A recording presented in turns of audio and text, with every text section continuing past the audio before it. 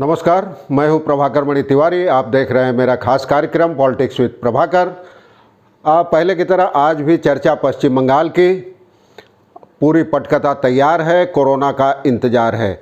आप सोचेंगे मैं क्या बोल रहा हूं। आज एक दिलचस्प बात बताऊंगा आपको, लेकिन आगे बढ़ने से पहले एक बार अनुरोध कर दूं कि अगर आपने अब तक इस चैनल को सब्सक्राइब नहीं किया है तो कृपया सब्सक्राइब करें, अपने मित्रों परिजनों के साथ शेयर करें और घंटी का निशान भी दबा दें।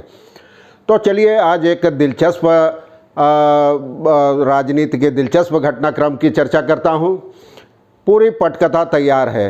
आप जानते हैं राजनीति, प्यार और युद्ध में सब कुछ जायज़ होता है। पश्चिम बंगाल में भी बीते करीब 6 महीनों से हम लोग देख रहे हैं कि राजनीति में जीत के लिए साम दाम दंड भेद, बीजेपी हो या सत्तारूढ़ तृणमूल कांग्रेस, कोई उपाय नहीं रख छोड़ रही है। पहले तो 200 से ज़्यादा सीटें जीतने का दावा किया बीजेपी ने, उसके बाद सीटें उतनी नहीं जीत पाई, तमाम तरह के आरोप प्रत्यारोपों का दौर चला और उसके बाद कम से कम बीजेपी अपनी पीठ इसलिए थपथपा सकती है कि नंदीग्राम विधानसभा सीट से उसने ममता बनर्जी को हरा दिया।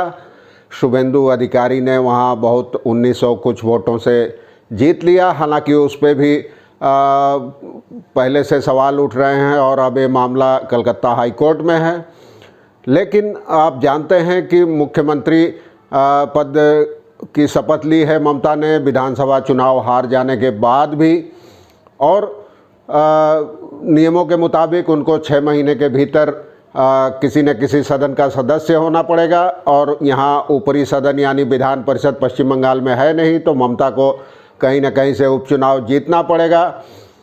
उसकी भी तैयारी हो गई है। ममता अपने पारंपरिक सीट भवानीपुर सीट से उपचुनाव लड़ेंगी। यहाँ से टीएमसी के जो उम्मीदवार शोभनदेव चट्टोपाध्याय जीते थे, उन्होंने अपनी सीट ममता के लिए खाली कर दी है और ममता को वहीं से चुनाव लड़ना है। लेकिन लाख टके का सवाल है कि आखिर उपचुनाव होंगे कब। कहीं बीजेपी कोरोना की आड़ में इन चुनावों को लंबे समय तक टालने की तैयारी तो नहीं कर रही है। राजनीतिक हलकों में इसी सवाल की चर्चा है कि ऐसा हो सकता है। और पहले जो व्यवस्था थी उसमें अगर कोई मुख्यमंत्री या मंत्री 6 महीने के भीतर चुनाव नहीं जीत पाता है तो इस्तीफा दे देता है और अगले दिन शपथ ले लेता था। लेकिन सुप्रीम कोर्ट के एक फैसले ने अब ये व्यवस्था तोड़ दी है, रोक दी है, ख़त्म कर दी है और अब ऐसा नहीं होगा। अब अगर 6 महीने के भीतर चुनाव नहीं हुए तो ममता को अपनी कुर्सी छोड़नी पड़ेगी। ममता ने 5 मई को शपथ ली थी और नियमों के मुताबिक उनको 5 सितंबर तक विधानसभा का सदस्य बनना ही होगा। अगर वे ऐसा नहीं करती हैं तो उनको मुख्यमंत्री की कुर्सी छोड़नी होगी।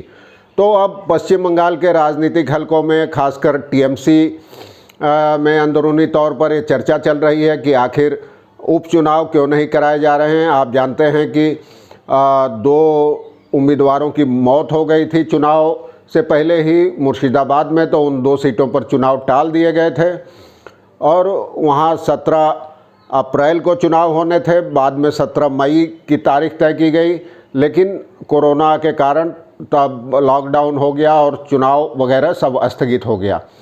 तो अब उसके अलावा 5 सीटें हैं जहां कहीं उम्मीदवारों का निधन हो गया जीत के बाद, तो किसी ने रिजाइन कर दिया, तो 5 और 2 यानी 7 सीटों पर उपचुनाव होना है। लेकिन चुनाव आयोग ने अब तक इस बारे में एक शब्द नहीं कहा है और पश्चिम बंगाल में एक रिकॉर्ड रहा है। पहले भी कूच बिहार ज़िले में एक सीट पर 19 महीने तक उपचुनाव नहीं कराए गए थे। तो अगर कोरोना, अब तो कोरोना का ठोस बहाना है, तीसरी लहर का अंदेशा है, तो टीएमसी के नेता सवाल पूछ रहे हैं, खुद ममता बनर्जी सवाल पूछ रही हैं कि कहीं कोरोना की आड़ में उपचुनाव को लंबे समय तक लटकाए रखने की योजना तो नहीं है केंद्र सरकार की। उनका कहना है कि चुनाव आयोग तो केंद्र सरकार के ही आदेश पर काम करता है, प्रधानमंत्री मोदी के आदेश पर काम करता है। तो ममता ने सवाल किया कि आखिर मोदी ऐसा कर क्यों रही हैं, आखिर मोदी चुनाव आयोग को इसका निर्देश क्यों नहीं दे रहे हैं। ममता ने अभी 2 दिन पहले प्रेस कॉन्फ्रेंस में कहा था कि अब तो पश्चिम बंगाल में संक्रमण काफ़ी हद तक काबू में आ गया है, पूरे देश में स्थिति सुधर रही है। तो अब आखिर उपचुनावों के मुद्दे पर चुनाव आयोग ने क्यों चुप्पी साध रखी है। और आपको बता दूं कि ममता बनर्जी सरकार में वित्त मंत्री अमित मित्र ने भी चुनाव नहीं लड़ा था शारीरिक वजहों से, स्वास्थ्य संबंधी कारणों से, तो उनके लिए भी 6 महीने में विधानसभा का सदस्य बनना जरूरी है। लेकिन अभी तक कोई चुनाव आयोग ने संकेत तक नहीं दिया है कि उपचुनाव आखिर कब तक कराए जाएंगे। और जाहिर है कोरोना का बहाना है, ठोस बहाना है, और अगर कहीं तीसरी लहर जिसकी आशंका जताई जा रही है वैसा होता है तो ममता की कुर्सी जाना तय है। ये तमाम चीज़ें चल रही है। अब यही सवाल पूछा जा रहा है कि क्या बीजेपी भी इसी रणनीति पर आगे बढ़ रही है, साम दाम दंडभेद की, ममता को कुर्सी से हटाने की। टीएमसी के एक नेता सवाल करते हैं कि जब कोरोना संक्रमण तेज़ी से बढ़ रहा था तो प्रधानमंत्री समेत तमाम केंद्रीय नेता पश्चिम बंगाल में चुनावी रैलियां कर रहे थे। उस समय ममता ने कई बार बाकी चरणों के चुनाव को एक साथ कराने की मांग की थी, लेकिन चुनाव आयोग ने उस मांग को खारिज कर दिया और बार बार खारिज कर दिया। तो अब शायद कोरोना के बहाने चुनाव टाला जा रहा है, चुनाव के बारे में कोई चर्चा नहीं हो रही है, उपचुनाव के बारे में। और उस नेता का कहना था कि अब चुनाव लायक माहौल है, संक्रमण कम हो चुका है तो कराया जाना चाहिए। इससे पहले ममता ने भी कहा था कि उपचुनाव बहुत संक्षिप्त नोटिस पर कराए जाने चाहिए ताकि प्रचार का कम समय मिले, कोरोना संक्रमण को ध्यान में रखते हुए, और खतरा इसका न्यूनतम हो संक्रमण का। और राजनीतिक पर्यवेक्षकों का कहना है कि अब तो 6 से 8 सप्ताह में तीसरी लहर की आशंका जताई जा रही है। शायद उसकी आड़ में केंद्र के इशारे पर चुनाव आयोग लगातार उपचुनाव को टालते रह सकता है, और 6 महीने अगर बीत गए तो ममता के सामने कुर्सी छोड़ने के अलावा कोई विकल्प नहीं होगा। उनको अपनी कुर्सी किसी दूसरे नेता को सौंपनी पड़ेगी, और उपचुनाव तक ही सही किसी न किसी को उस पद पर बिठाना पड़ेगा। टीएमसी के एक नेता नाम नहीं छापने की शर्त पर उनका कहना था कि नंदीग्राम के चुनाव नतीजे को हाईकोर्ट में जो चुनौती दी गई है उसके भी लंबा खींचने के आसार हैं। संबंधित जज के बीजेपी से संबंधों को ध्यान में रखते हुए इस मामले में अगर फैसला आया भी तो उस पर सवाल खड़े होंगे। फिलहाल तो जज ने इस मामले से हटने का फैसला नहीं किया है। ममता ने उनको चिट्ठी भेजी थी, प्रधान मुख्य न्यायाधीश कार्यवाहक जो हैं, कि जज बदलने को। कौशिक चंद की अदालत में उनका मुकदमा है। कौशिक चंद की अदालत में 24 तारीख को सुनवाई भी हुई बृहस्पतिवार को इस मुद्दे पर। उसमें भी ये मांग उठी, ममता की ओर से अभिषेक मनु सिंघवी ने मांग की, लेकिन उनका कहना था कि जज को खुद इस मामले से हट जाना चाहिए क्योंकि उनका एक पार्टी विशेष से संबंध रहा है, बीजेपी के IT लीगल सेल से जुड़े रहे हैं।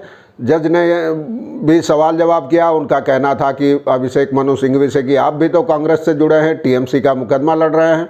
ये तमाम चीज़ें चल रही थी, लेकिन फैसला उन्होंने सुरक्षित रख लिया है जज ने कि क्या वो इस केस से हटेंगे सुनवाई से या नहीं हटेंगे। दूसरी ओर ममता का जो पत्र था प्रधान मुख्य न्यायाधीश को, उस पर भी कोई फैसला नहीं आया। ये तमाम चीज़ें चल रही है। अब टीएमसी के भीतर और राजनीतिक हलकों में भी ये चर्चा जोर पकड़ रही है कि कहीं कोरोना के बहाने उपचुनाव को टाल कर तो ममता से कुर्सी नहीं छीनी जाएगी मुख्यमंत्री की। बीजेपी की जो रणनीति है चौतरफा हमलों की, राज्यपाल भी हमले कर रहे हैं, चुनाव बाद की हिंसा अब भी एक बड़ा मुद्दा बना रखा है बीजेपी ने उसको। ये तमाम चीज़ें चल रही हैं। अब आगे घटनाक्रम कुछ होता है तो मैं आपको बताता रहूँगा। आज के लिए इतना ही। धन्यवाद, नमस्कार।